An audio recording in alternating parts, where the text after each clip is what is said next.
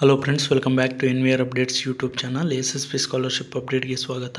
ಸಾಕಷ್ಟು PGCET ವಿದ್ಯಾರ್ಥಿಗಳಾದರೆ SSP scholarship last date ಬಗ್ಗೆ, ಹಾಗೆ ಕೆಲವೊಂದು ವಿದ್ಯಾರ್ಥಿಗಳು ಯಾವ ರೀತಿ ಅಪ್ಲೈ ಮಾಡೋದು, ನಮಗಿನ್ನೂ USNs ಆದರೆ ಬಂದಿಲ್ಲ ಅಂತ ಸಾಕಷ್ಟು ವಿದ್ಯಾರ್ಥಿಗಳಾದರೆ ಕೇಳ್ತಾಯಿದ್ರು. ಅದ್ರ ಬಗ್ಗೆ ಆದರೆ ನಾನು ಕಂಪ್ಲೀಟಾಗಿ ಈ ವಿಡಿಯೋಲ್ಲಾದರೆ ತಿಳಿಸ್ಕೊಡ್ತೀನಿ. ಅದಕ್ಕೂ ಮುನ್ನ ನಮ್ಮ ಚಾನಲ್ಗೆ ಇನ್ನೂ ಯಾರು ಸಬ್ಸ್ಕ್ರೈಬ್ ಆಗಿಲ್ಲೋ ಸಬ್ಸ್ಕ್ರೈಬ್ ಆಗಿ, ಹಾಗೆ ವಿಡಿಯೋ ಇನ್ಫಾರ್ಮೇಟಿವ್ ಅನಿಸಿದಲ್ಲಿ ತಪ್ಪದೇ ವಿಡಿಯೋಗಾದರೆ ಒಂದು ಲೈಕ್ ಆದರೆ ಮಾಡಿ. ಬನ್ನಿ ಈಗ ವಿಡಿಯೋ ಆದರೆ ಸ್ಟಾರ್ಟ್ ಮಾಡೋಣ.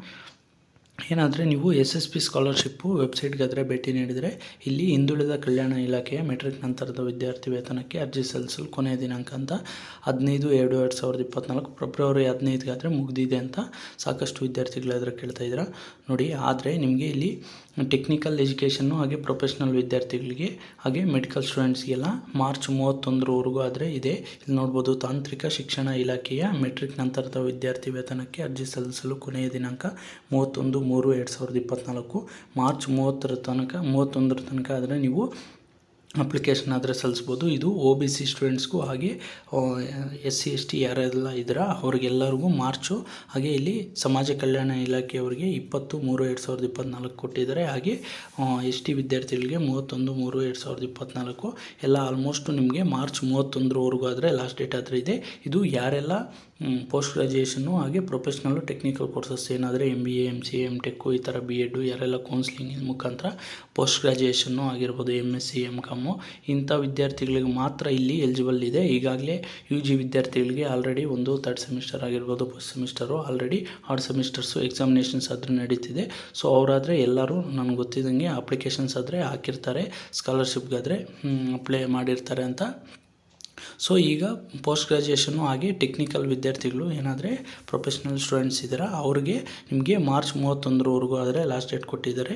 ನಿಮಗೆ ಕೌನ್ಸ್ಲಿಂಗ್ ಮಾಡಿ PGCET ವಿದ್ಯಾರ್ಥಿಗಳಿಗೂ ಏನಾದರೆ ಈಗ ಕಾಲೇಜಸ್ಗೆಲ್ಲ ಅಡ್ಮಿಷನ್ ಆಗಿದ್ದಾರೆ. ಫಸ್ಟ್ ರೌಂಡ್ ಆಗಿರ್ಬೋದು, ಸೆಕೆಂಡ್ ರೌಂಡು, ಥರ್ಡ್ ರೌಂಡು. ಆದರೂ ಕೆಲವೊಂದು ವಿದ್ಯಾರ್ಥಿಗಳಿಗಾದರೆ USNs ಟೆಂಪ್ರರಿ USNs ಕೊಟ್ಟು ಕಾಲೇಜಸ್ ಕಡೆಯಿಂದ ಅಪ್ಡೇಟ್ ಮಾಡಿದ್ದಾರೆ. ಇನ್ನು ಕೆಲವೊಂದು ವಿದ್ಯಾರ್ಥಿಗಳಿಗಾದರೆ ಇನ್ನೂ USNs ಆದರೆ ಬಂದಿಲ್ಲ. ಒಮ್ಮೆ ನೀವು ಏನಾದರೆ ಸ್ಟೆಪ್ 2 ಅಪ್ಲೈ ಮಾಡುವಾಗ ನಿಮಗೆ ಕೌನ್ಸ್ಲಿಂಗ್ ನಂಬರ್ ಅಂತ ಕೇಳುತ್ತೆ. PGCET ನಂಬರ್ ಆದರೆ ಎಂಟರ್ ಮಾಡಿ ಅಪ್ಡೇಟ್ ಮಾಡಬೇಕಾದ್ರೆ ನಾನು ಹಿಂದಿನ ವಿಡಿಯೋಲ್ಲಿ ಯಾವ ರೀತಿ ಎಲ್ಲಿ ತನಕ ನೀವು ಅಪ್ಲೈ ಮಾಡ್ಬೋದು ಅಂತಲೂ ವಿಡಿಯೋ ಆದರೆ ಮಾಡಿ ತಿಳಿಸ್ಕೊಟ್ಟಿದ್ದೀನಿ. ಅದು ವಿಡಿಯೋ ಲಿಂಕು ಡಿಸ್ಕ್ರಿಪ್ಷನಲ್ಲಿ ಕೊಟ್ಟಿರ್ತೀನಿ, ಆ ವಿಡಿಯೋನೂ ಚೆಕ್ಔಟ್ ಮಾಡಿ. ಹಾಗೆ ನೀವು ಏನಾದರೆ ನಿಮ್ಮದು ಡೀಟೇಲ್ಸು ಅಪ್ಡೇಟ್ ಆಗಿಲ್ಲ ಅಂತ SSPಗೆ KA ಇಂದ ಶೇರ್ ಆಗಿಲ್ಲ ಅಂತ ಏನಾದರೆ ಬರ್ತಿದೆ ಅಂಥ ವಿದ್ಯಾರ್ಥಿಗಳು ನಿಮ್ಮ ಅಡ್ಮಿಷನ್ ಆಗಿರೋ ಕಾಲೇಜಲ್ಲಿ ನಿಮ್ಮ ಸ್ಕಾಲರ್ಶಿಪ್ ಸೆಕ್ಷನ್ಗೆ ಹೋಗಿ ನಿಮ್ಮ ಅಡ್ಮಿಷನ್ ಆರ್ಡ್ರು ಹಾಗೆ ನೀವು ಫೀಸ್ ಪೇ ಮಾಡಿರೋ ರೆಸಿಪ್ಟ್ ಅದ್ರಾಗ ತೋರಿಸಿ ಅವ್ರಿಗಾದರೆ ಅಪ್ಡೇಟ್ ಮಾಡೋಕ್ಕೆ ಹೇಳಿ.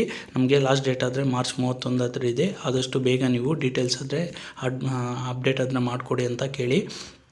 ಸಾಕಷ್ಟು ವಿದ್ಯಾರ್ಥಿಗಳಾದರೆ ಕಂಪ್ಲೇಂಟ್ ಮಾಡ್ತಾಯಿದ್ರು, ನಮ್ಮ ಕಾಲೇಜಸ್ಸಲ್ಲಾದರೆ ಸರಿಯಾಗಿ ರೆಸ್ಪಾಂಡ್ ಆದರೆ ಮಾಡ್ತಿಲ್ಲ ಅಂತ. ಸೊ ನೀವು ಏನೂ ಮಾಡೋಕ್ಕಾಗಲ್ಲ, ಸ್ವಲ್ಪ ದಿನ ಆದರೆ ವೆಯ್ಟ್ ಮಾಡಬೇಕಾಗುತ್ತೆ. ಎಲ್ಲ ಡೀಟೇಲ್ಸು ಅಪ್ಡೇಟ್ ಆದ ನಂತರ ನೀವು USN ಬಂದರೆ ನೀವು ಅಪ್ಲೈ ಮಾಡ್ಕೋಬೋದು. ಏನಾದರೂ ಮಿಸ್ಟೇಕ್ಸ್ ಆಗಿ ಪ್ರಾಬ್ಲಮ್ ಆದರೆ SSP ಅಡ್ರೆಸ್ ಆದರೆ ಕೊಡ್ತೀನಿ ನಾನು, ಮೇನ್ ಹೆಡ್ ಆಫೀಸು, ಅಲ್ಲಿ ಹೋಗಿ ನೀವು ಆದರೆ ರೆಡಿ ಮಾಡಿಸ್ಕೋಬೋದು. ಇದಕ್ಕೆ ಯಾರ್ಯಾರು ಎಲಿಜಿಬಲ್ಲು ಅಂತ ನೋಡೋದಾದರೆ ಕ್ಯಾಟಗಿರಿ 1ಗೆ ಯಾರ್ದೆಲ್ಲ ಇನ್ಕಮ್ಮು 2.5 ಲ್ಯಾಕ್ ಬಿಲೋ ಇದ್ದೀರಾ ಎಲ್ಲರೂ ಎಲಿಜಿಬಲ್ ಇರ್ತೀರಾ. ಹಾಗೆ 2A 3A 3B 2B ಎಲ್ಲ ವಿದ್ಯಾರ್ಥಿಗಳದ್ದು ಇನ್ಕಮ್ ಆದರೆ ಬಿಲೋ 1 ಲ್ಯಾಕ್ ಆದರೆ ಇರಬೇಕಾಗುತ್ತೆ. ನೀವು ಎಲ್ಲರೂ ಎಲಿಜಿಬಲ್ ಇರ್ತೀರಾ. ನಿಮಗೆ MBA ಅವ್ರಿಗೆ ಅರೌಂಡ್ 28K ಆದರೆ ಬರುತ್ತೆ, MTech ಅವ್ರಿಗೆ ಅರೌಂಡ್ 23K ಆದರೆ ಬರುತ್ತೆ. ಇದು ನಾನು ಹೇಳ್ತಿರೋದು ಎಕ್ಸೆಪ್ಟು ರೈತ ವಿದ್ಯಾನಿಧಿ ಅಂತ. ಯಾರೆಲ್ಲ ಫಾರ್ಮರ್ಸ್ ಮಕ್ಕಳಿದ್ದೀರಾ, FID ಎಲ್ಲ ಲಿಂಕ್ ಆಗಿದೆಯೋ ನಿಮ್ಮ ಪೇರೆಂಟ್ಸ್ ಜೊತೆಗೆ, ಆಧಾರ್ ಕಾರ್ಡ್ ಜೊತೆಗೆ, ಅಂಥ ವಿದ್ಯಾರ್ಥಿಗೆ ಎಕ್ಸ್ಟ್ರಾ ಒಂದು 10K ಆದರೆ ಬರುತ್ತೆ. ಹುಡುಗಿಯರಿಗೆ 11K. ಇದು ಎಕ್ಸ್ಟ್ರಾ ಫೀಸ್ ಕನ್ಸೆಷನ್ ಬಿಟ್ಟು. ಹಾಗೆ ಸಾಕಷ್ಟು ವಿದ್ಯಾರ್ಥಿಗಳಾದರೆ ಕೇಳ್ತಾಯಿದ್ರು, ನಾವು BCM ಹಾಸ್ಟೆಲ್ಸು ಇಲ್ಲ SC ST ಹಾಸ್ಟೆಲ್ಸಲ್ಲಿದ್ದರೆ ನಮಗೆ ಸ್ಕಾಲರ್ಶಿಪ್ ಬರಲ್ಲ ಅಂತ. ನಿಮಗೆ ಖಂಡಿತ ಫೀಸ್ ಕನ್ಸೆಷನ್ ಆದರೆ ನಿಮಗೆ ಸ್ಕಾಲರ್ಶಿಪ್ ಆದರೆ ಬರುತ್ತೆ. ಏನಾದರೆ ಫುಡ್ ಆ್ಯಂಡ್ ಅಕಾಮಿಡೇಷನ್ ಅಂತ ಇದೆ, ಅದಾದರೆ ಹಾಸ್ಟೆಲ್ಸ್ಗೆ ಹೋಗುತ್ತೆ. ನಿಮಗೆ ಫೀಸ್ ಕನ್ಸೆಷನ್ನು ಎಲ್ಲ ವಿದ್ಯಾರ್ಥಿಗಳು ಬರೋ ಅಷ್ಟೇ ಬರುತ್ತೆ. ಪ್ರೀವಿಯಸ್ ಇಯರ್ ಆದರೆ ಕೆಲವೊಂದು ವಿದ್ಯಾರ್ಥಿಗಳಿಗಾದರೆ ಫುಡ್ ಆ್ಯಂಡ್ ಅಕಾಮಿಡೇಷನ್ದು ಒಂದು 4.5K ಈ ರೀತಿ ಆದರೆ ಬಂದಿದ್ದರು. ನಿಮಗೆ ಹಾಸ್ಟೆಲ್ ಸಿಕ್ಕಿದ್ರೆ ಖಂಡಿತ ಜಾಯ್ನ್ ಆಗಿ, ನಿಮಗೆ ಅವ್ರು ಕೊಡೋ ಅಮೌಂಟು ಯಾವುದಕ್ಕೂ ಸಾಕಾಗಲ್ಲ. ಸೊ ನೀವು ಹಾಸ್ಟೆಲ್ಗಾದರೆ ಜಾಯ್ನ್ ಆಗಿ. ಎಲ್ಲ ವಿದ್ಯಾರ್ಥಿಗಳಿಗೂ ಫುಡ್ ಆ್ಯಂಡ್ ಅಕಾಮಿಡೇಷನ್ ಬರುತ್ತೆ ಅಂತ ಇಲ್ಲ, ಈ ಅಟೆಸ್ಟೇಷನ್ ಎಲ್ಲ ಮಾಡಬೇಕಾಗುತ್ತೆ. ಕೆಲವೊಂದು ವಿದ್ಯಾರ್ಥಿಗಳಿಗೆ ಬರುತ್ತೆ, ಕೆಲವೊಂದು ವಿದ್ಯಾರ್ಥಿಗಳಿಗಾದರೆ ಬರಲ್ಲ. ನಿಮಗೆ ಫೀಸ್ ಕನ್ಸೆಷನ್ ಆದರೆ ನೀವು ಹಾಸ್ಟೆಲಲ್ಲಿ ಇರಲಿ ಇಲ್ಲದೇ ಇರಲಿ ಎಲ್ಲ ವಿದ್ಯಾರ್ಥಿಗಳಿಗೂ ಏನಾದರೆ ಅರೌಂಡ್ 28K ಹೇಳ್ತಿದ್ದೀನೋ ಅದು. ಹಾಗೆ ರೈತ ವಿದ್ಯಾನಿಧಿ ಯಾರಿಗೆಲ್ಲ ಎಲಿಜಿಬಲ್ ಇದ್ರೆ ಅಂಥ ವಿದ್ಯಾರ್ಥಿಗಳಿಗೆ ನಿಮಗೆ ಅರೌಂಡ್ ಒಂದು 38K to 40K ಆದರೆ ನಿಮಗೆ ಅಮೌಂಟ್ ಆದರೆ ಸ್ಕಾಲರ್ಶಿಪ್ ಬರುತ್ತೆ. ಇದು ಎಲ್ಲ ವಿದ್ಯಾರ್ಥಿಗಳಿಗೆ. ಇನ್ನೂ ನಿಮಗೆ ಸ್ಕಾಲರ್ಶಿಪ್ ಬಗ್ಗೆ ಏನಾದರೂ ಹೆಚ್ಚಿಗೆ ಡೌಟ್ಸ್ ಇದ್ದರೆ ಕಮೆಂಟ್ ಮುಖಾಂತರ ಹಾಕಿ, ನಾನು ಅದರ ರಿಪ್ಲೈ ಮಾಡ್ತೀನಿ. That's all for this video. Keep watching NVR updates for more education and scholarship related updates. Thanks for watching guys.